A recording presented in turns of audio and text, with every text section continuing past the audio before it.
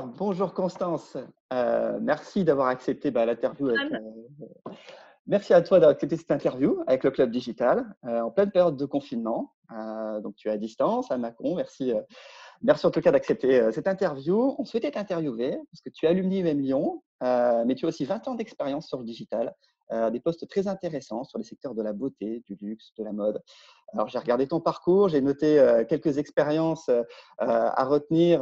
Tu pourras revenir dessus si tu le souhaites. Tu as lancé les premiers sites e-commerce de L'Oréal au début des années 2000.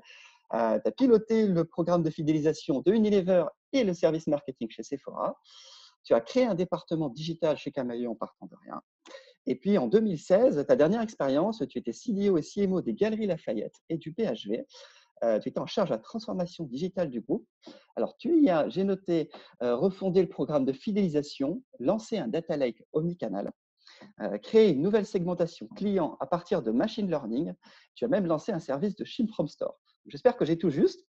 Mais après, voilà, c'est 20, j'ai tout juste, c'est bon. Donc après, c'est Tout 20 à années. fait. Super. Il y a un petit décalage, mais alors après ces 20 années d'expérience que tu as sur le web, la première question que j'ai pour toi, c'est comment on devient Chief Digital Officer ou Chief Marketing Officer? Comment on fait? Alors, déjà, il y a 20 ans, ce job, ce titre n'existait pas, si tu veux. Donc, ce qui est assez marrant, si tu veux, c'est que ce parcours, en fait, je l'ai fait à travers la passion du client qui m'a toujours animée. Je pense que c'était quelque chose qui résonnait en moi, c'était ma capacité, mon envie raisonner, centré sur le client et de comprendre et d'écouter ce qu'il avait à dire, de me baser sur ces faits-là. Et derrière, en fait, d'arriver à implémenter une stratégie qui permettait de rentrer dans un dialogue, puisqu'en fait, je mettais en place des actions qui permettaient d'être dans l'efficacité vis-à-vis de ce client. Je pense qu'en 20 ans, ce qui a beaucoup changé, si tu veux, c'est qu'en 20 ans, le client, il a pris le pouvoir. Il a pris le pouvoir parce qu'avec notamment son smartphone, il a la capacité d'aller ailleurs, y compris lorsqu'il est physiquement dans un magasin, chose qui n'était pas possible il y a 20 ans. Or, maintenant, c'est possible. Et ça, si tu veux, ça force les entreprises à se focaliser sur la cohérence de ce qu'ils proposent à leurs clients, quel que soit le canal, et à mettre en place en fait des stratégies pour fidéliser le client. Donc, si tu veux, ces nouveaux jobs ont été créés de CMO, CDO, qui sont des jobs aujourd'hui où on prend en compte ces besoins clients, on comprend quelles sont la data qu'il faut capitaliser et on essaye de fidéliser et de mesurer cette fidélisation. Voilà. Donc, à titre personnel, moi, ça a été aussi en prenant beaucoup de risques, en changeant parce que à chaque fois, j'avais des opportunités qui m'intéressaient, qui étaient différentes, qui pouvaient être surprenantes selon certains critères. Lorsque j'ai donné ma démission du groupe LVMH Sephora pour aller chez Camaïeu, je crois que ma chef s'en est toujours pas remise. Quand j'ai quitté Unilever pour aller en Pologne et recommencer à zéro, etc. Voilà, à partir du moment où tu prends des risques mais par contre, tu vis quelque chose qui fait sens pour toi et que du coup, en conséquence, tu es bon dans ce que tu fais, je pense que ça peut mener à beaucoup de choses, dont un rôle de CDO, CMO, comme j'ai eu. Et d'après toi, donc, si j'ai bien compris, voilà, tu as gravi les étapes en te concentrant vraiment sur ce qui avait de la valeur sur ces postes-là, plus qu'un plan de carrière. Arrête-moi si j'ai une bêtise. Mais du coup, est-ce que c'est plus difficile, tu penses, d'atteindre ces postes-là quand on est une femme? En tout cas, qu'est-ce que ça change quand on est une femme et qu'on veut avoir cette carrière-là? Alors, ça change plusieurs choses. Sachant que d'abord, effectivement, quand tu as des enfants et que du coup tes enfants sont en bas âge, c'est assez difficile de te concentrer sur et à la fois ta vie perso et à la fois ta vie pro. Après, c'est possible. Moi, j'ai 4 enfants et j'ai réussi à mener une vie pro avec un certain succès. Ça change aussi lorsque ton mari travaille, le fait qu'en fait, il faut pouvoir éventuellement travailler sur ce qu'on appelle une double carrière et comment est-ce que tu organises ça. C'est pas évident et c'est souvent, il faut se le dire quand même, la carrière de la femme qui encore aujourd'hui est sacrifiée, même si ça tend à changer. En revanche, et puis évidemment, j'ai envie de te dire, moi, les facteurs clés de succès qui m'ont permis d'avancer, ça a été deux choses. Ça a été qu'effectivement, maman m'a beaucoup aidée, hein, voilà, m'a beaucoup gardé mes enfants pendant les vacances scolaires, etc. En tant que femme, c'est quand même la femme qui souvent encore la responsabilité de tout ça. J'ai été beaucoup aidée aussi avec des nounous, mais ce qui change aussi aujourd'hui, c'est qu'il y a une vraie prise de conscience de l'apport des femmes dans l'équilibre, notamment d'un COMEX dans certaines sociétés.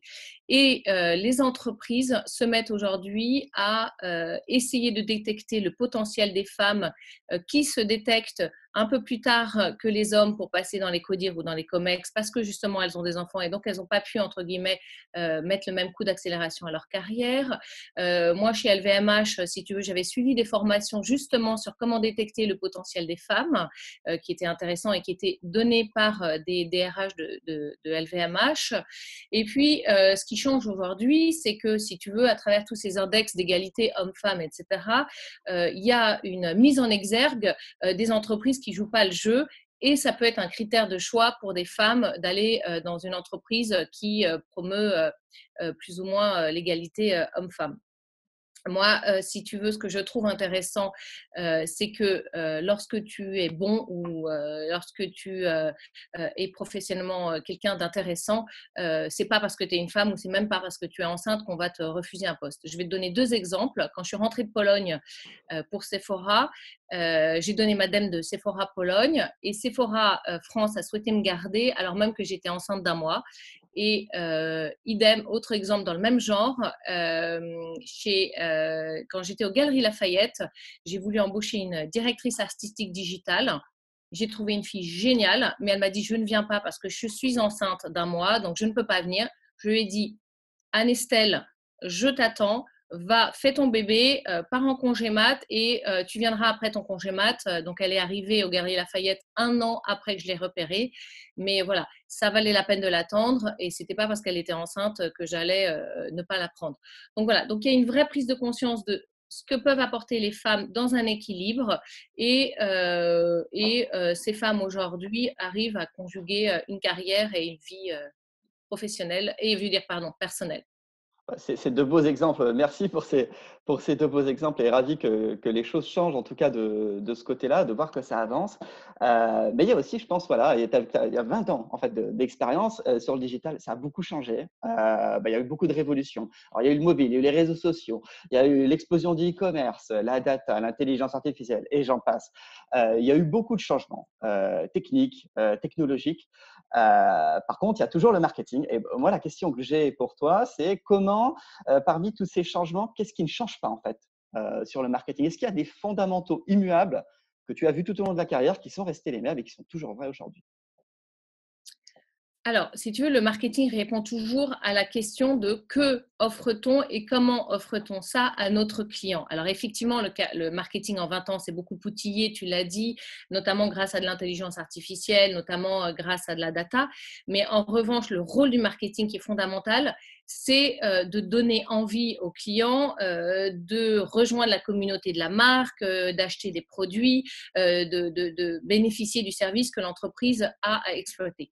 Ça, c'est son rôle immuable et notamment paradoxalement, si tu veux, toute cette révolution digitale fait que beaucoup d'entreprises se sont repenchées avec beaucoup de sérieux sur leur plateforme de marque de manière à vraiment s'assurer que leur plateforme de marque était sérieuse, cohérente, omnicanal et que du coup, ils pouvaient la décliner dans tous les points de contact.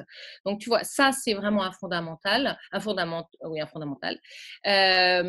du marketing. Ce qui ne change pas aussi, c'est les mesures de type top of mind, si tu veux. Je pense que pour tout bon marketeur, un des facteurs clés de succès, c'est quel est le top of mind de ta marque, alors notamment sur le digital de plus en plus. Et ça, c'était le cas il y a 20 ans. Alors moins sur le digital, mais c'était déjà le cas il y a 20 ans et ça l'est toujours aujourd'hui. Les moyens pour y arriver sont différents. En revanche, la finalité est la même. D'accord. Et du coup, à l'inverse, pour toi, qu'est-ce qui a vraiment changé dans le marketing, en tout cas pour les entreprises dans lesquelles tu as traversé? Je sais pas, la data, la personnalisation des messages, le coût d'acquisition client, peut-être même l'organisation? Alors, tu as énormément de choses qui ont changé. Évidemment, aujourd'hui, si tu veux, le CDO, le CMO, il est data-driven. Il doit du coup être hyper à l'aise avec tous ces outils, on va dire, de data, être capable de parler avec un data scientist et comprendre ce qu'ils disent, être capable de parler avec l'IT et de pouvoir les challenger. Et ça a fondamentalement changé. Si tu veux, l'émergence en fait de l'importance de tous ces métiers-là dans la capacité à faire, à exécuter rapidement une transfo digitale, elle est radicale. Après, oui, il y a beaucoup d'autres choses qui ont changé, notamment, on parle de personnalisation. On en parlait déjà il y a 20 ans et à l'époque, je me souviens très bien dans les années 2000, quand j'ai lancé un des sites e-commerce du Club des créateurs de beauté, on se disait c'était génial, qu'on allait faire du one-to-one, etc.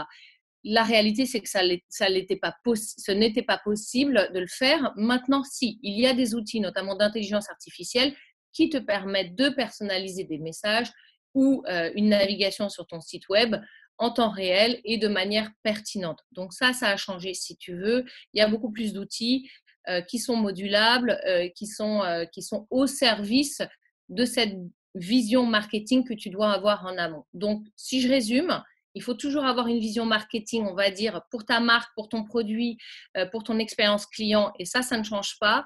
En revanche, les moyens de procurer cette expérience, quel que soit le canal et quel que soit le moment d'interaction du client avec ton entreprise avant, pendant ou après la vente, ça a changé. Voilà. Et tu penses qu'il y a des spécificités pour toi sur les secteurs, sur les secteurs dans lesquels tu as travaillé, la mode avec Camaïeu, la beauté ou le luxe? Alors, il y a quelque chose qui est hyper intéressant pour ces secteurs-là, en fait, c'est la capacité à prédire les achats. C'est hyper important parce que tous les achats de mode et textile sont faits entre 6 et 12 mois à l'avance. Les grandes tendances, on va dire, de beauté ou de style, en fait, sont nécessaires pour soit faire des plans de merchandising, soit faire tes campagnes de pub ou tes vitrines. Et donc, en fait, aujourd'hui, avec l'intelligence artificielle, on est capable de détecter des tendances, notamment sur le web, notamment les recherches des internautes sur ce genre de sujet. Et ça permet, du coup, soit aux acheteurs, soit aux personnes qui fabriquent les produits, d'adapter, on va dire, leur collection ou leur offre ou leur merchandising à ces tendances.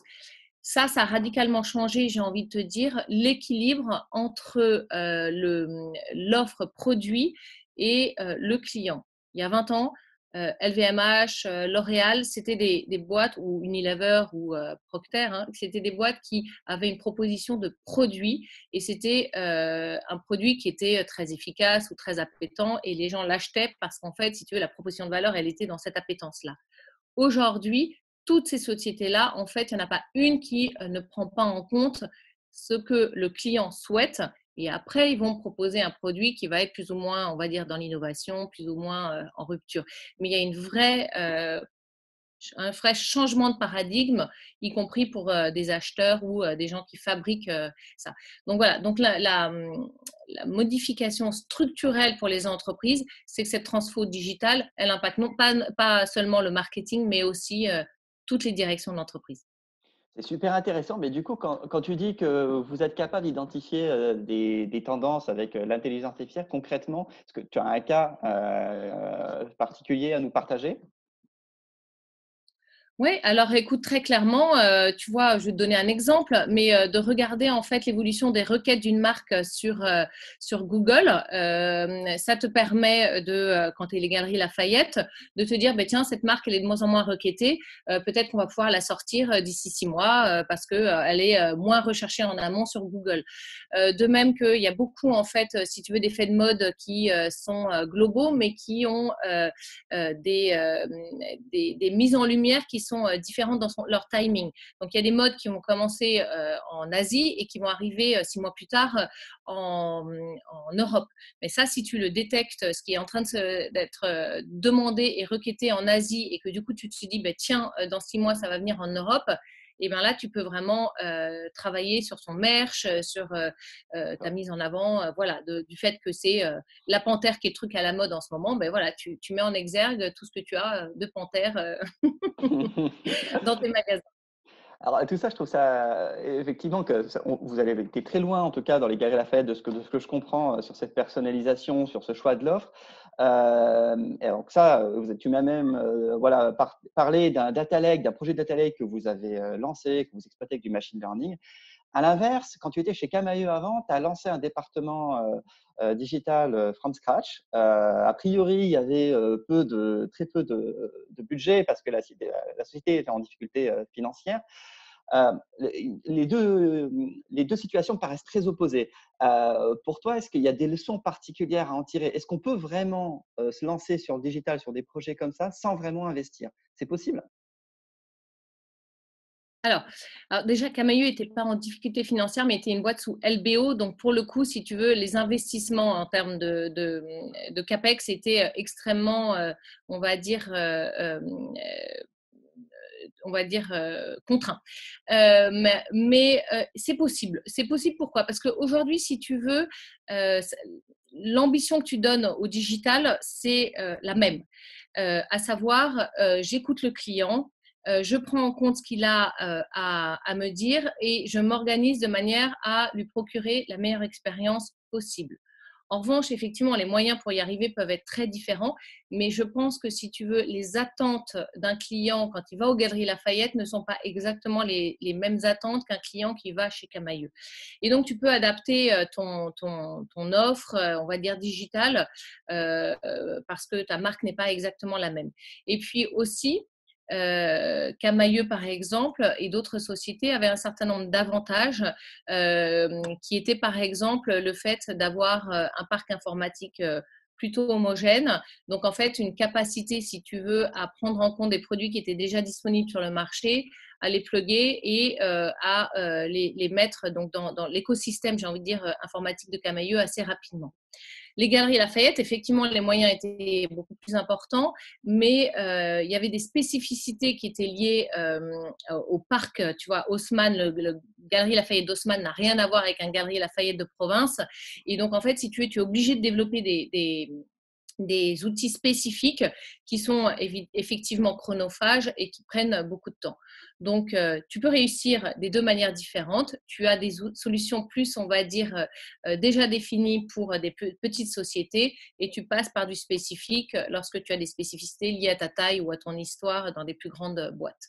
La finalité, c'est toujours la même en revanche. D'accord, donc ça, je comprends bien pour les outils. Et alors, la question, je pense, qui est souvent centrale, en tout cas dans ces grandes sociétés qui ont plus de 10 ans d'existence, 20, 30 ans, des fois souvent plus, il y a beaucoup de bouleversements avec le digital. Donc, il y a les outils, certes, mais il y a beaucoup de choses qui changent dans la transformation digitale. Donc, la formation, la conduite du changement, l'implication de la direction, tout ça. Donc, on voit qu'il y a beaucoup de choses qui gravitent autour de cette transformation. Toi qui l'as vécu pendant ces années dans plusieurs entreprises, est-ce que tu as une recette à nous partager sur le sujet ou en tout cas des bonnes pratiques avec quelques exemples concrets de transformation qui pour toi ont réussi? Ouais. Euh, alors déjà, la transformation digitale, c'est une transformation qui impacte toutes les directions.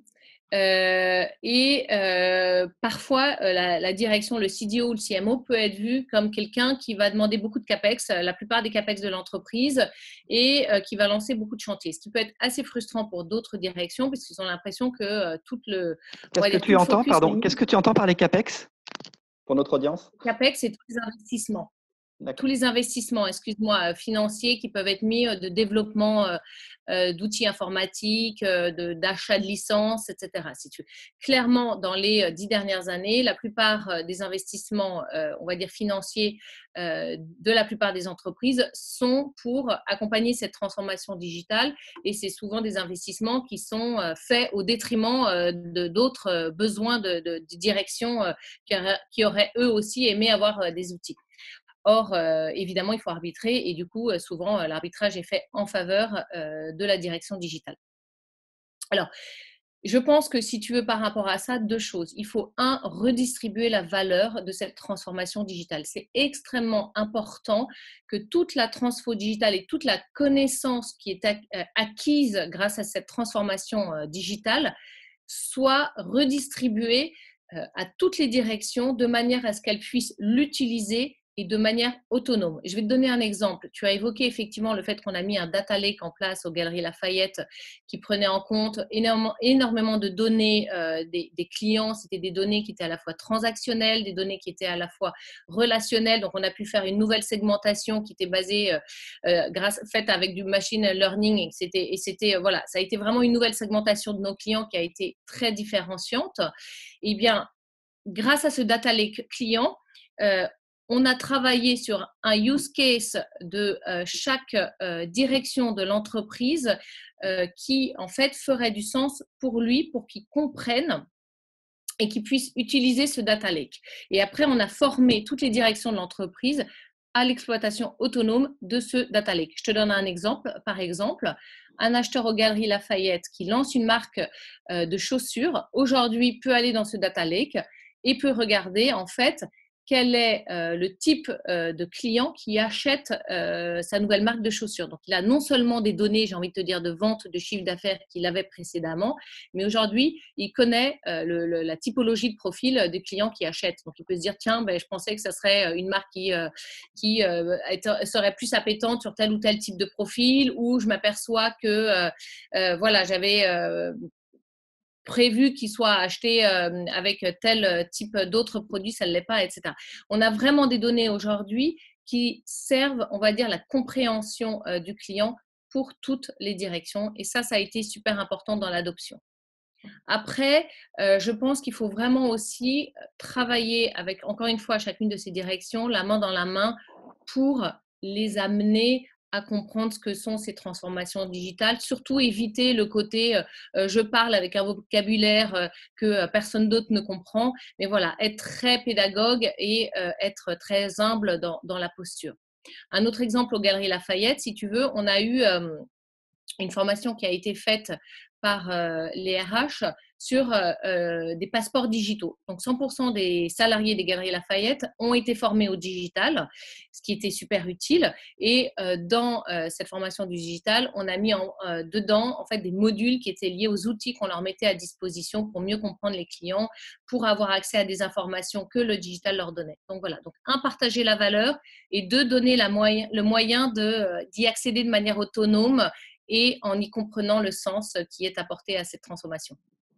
Très clair, Constance. Alors, une dernière question, si tu peux nous l'aborder en quelques phrases. Alors, on est en plein milieu de la période du grand confinement et on s'aperçoit qu'il y a beaucoup d'investissements marketing qui sont coupés actuellement. Alors, est-ce que pour toi, c'est la bonne décision? Et est-ce que si ce n'est pas la bonne décision, est-ce que tu aurais une autre bonne décision à prendre pendant la crise qu'on traverse actuellement? Alors écoute, moi je suis convaincue que il faut, encore une fois, et voilà, c'est mon savoir-être, on va dire, être tourné vers le client. Aujourd'hui, les clients, ils sont dans une phase un peu particulière, attentiste, clairement ils déconsomment. Donc, c'est pas les moments, pour moi, c'est pas le moment d'aller pousser la consommation parce que tu fais pas boire un âne qui n'a pas soif, d'accord? Donc, du coup, je pense que c'est l'occasion de se poser d'abord les vraies bonnes questions de est-ce que je vais répondre en termes de sens qui va être apporté par mon produit ou l'expérience de ma société lorsque le confinement va être levé. Ça, c'est très important. Et comment est-ce que je peux m'assurer que lorsque la vie normale va reprendre, en fait, je vais être très bon en top of mind digital par ses clients. Pour moi, c'est vraiment le nerf de la guerre, si tu veux, c'est d'être dans la tête des clients en digital. Et quand ils vont sur le web, ils doivent penser à toi. Tu vois, je vais te donner un exemple là-dessus. Je pense qu'une société qui a fait une révolution digitale absolument remarquable, alors que ce n'était pas du tout acquis d'avance, c'est Chanel. Chanel, aujourd'hui, a basculé beaucoup de son média sur le digital. Hermès aussi d'ailleurs, communique énormément là-dessus et en fait, ils travaillent sur ce top of mind pour que du coup, tu rentres dans une communauté d'addicts, on va dire, à cette marque-là. Et voilà. Et en ce moment, tu verras qu'ils communiquent beaucoup moins parce qu'en fait, les gens ne sont pas appétents à recevoir leur message et donc, ça ne sert à rien en fait de le faire. Eh ben, merci beaucoup, Constance, pour toutes ces informations et pour cette belle interview. Et puis, on va peut-être tâcher par la suite, voilà, pourquoi pas aussi d'avoir Chanel ou Hermès. Ça peut être une bonne idée. Merci beaucoup, Constance. What?